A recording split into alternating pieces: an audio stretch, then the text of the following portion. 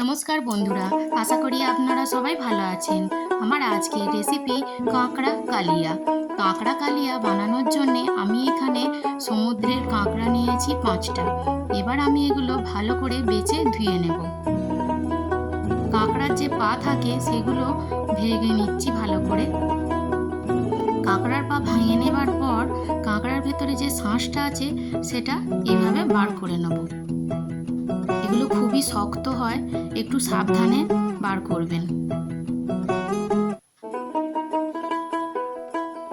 এইভাবে সব কাঁকড়ার ভেতর থেকে শাঁস বার করে ভেঙে নেব। এবার আমি ভালো করে ধুয়ে নেব। কাঁকড়ার যে দাঁড়াগুলো খুবই মোটা হয়, তাই এগুলো হালকা থেঁতলে নিতে হবে। দেখুন, ভালো করে ধুয়ে কাঁকড়ার দাঁড়া থেঁতলে নিয়েছি, এতে টেস্টটা ভালো হবে। এবার লবণ ও হলুদ মাখিয়ে আমি তেলে ভেজে নেব। বেশ কিছুক্ষণ রেখে দিয়েছি। এবার কড়াইয়ে সর্ষের তেল গরম করে তাতে সামান্য হলুদ দিয়ে টুকরো করে রাখা আলু দিয়ে দিলাম।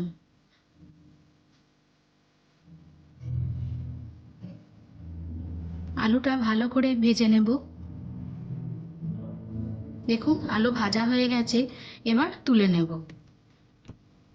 তুলে নেবার পর কড়াইয়ে আবার বেশ কিছুটা তেল দিয়ে আগে থেকে লবণ ও হলুদ দিয়ে মেখে রাখা কাঁকড়া দিয়ে দিলাম।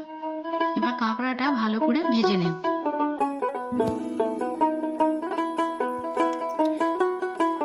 কাঁকড়ায় লাল রং এসে গেছে। লাল রং এসে গেলেই বুঝবেন কাঁকড়া ভাজা হয়ে গেছে। কাঁকড়া ভাজার সময় কাঁকড়া দিয়ে খুব সুন্দর একটা গন্ধ বেরোয়। দেখুন, এবার ভাজা কাঁকড়া তুলে নেব। এবার ওই তেলে দিয়ে দেব 5 ফোড়ন ও পেঁয়াজ।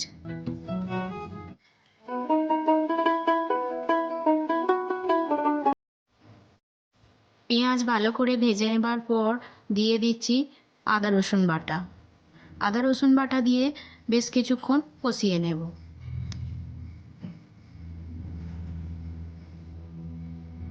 এক এক করে দিয়ে দিলাম লঙ্কার গুঁড়ো, হলুদ গুঁড়ো। আপনারা যেরকম ঝাল পছন্দ করেন সেই অনুযায়ী লঙ্কার গুঁড়ো দেবেন।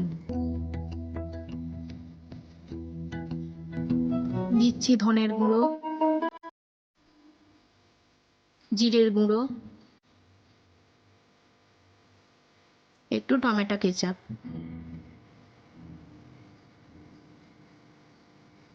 সব কিছু ভালো করে কষিয়ে নেব।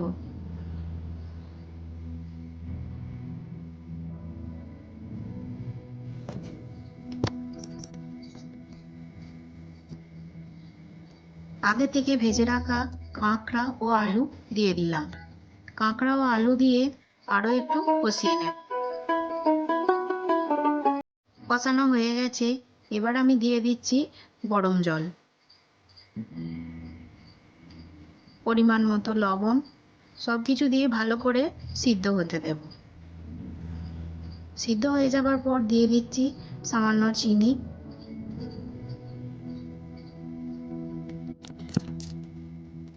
এক চামচ মিট মশলা দিয়ে আরও একটু হতে দেব। গ্রেভি শুকিয়ে এসেছে।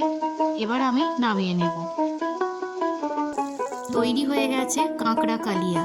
গরম গরম ভাতের সাথে পরিবেশন করার জন্যে একেবারে তৈরি।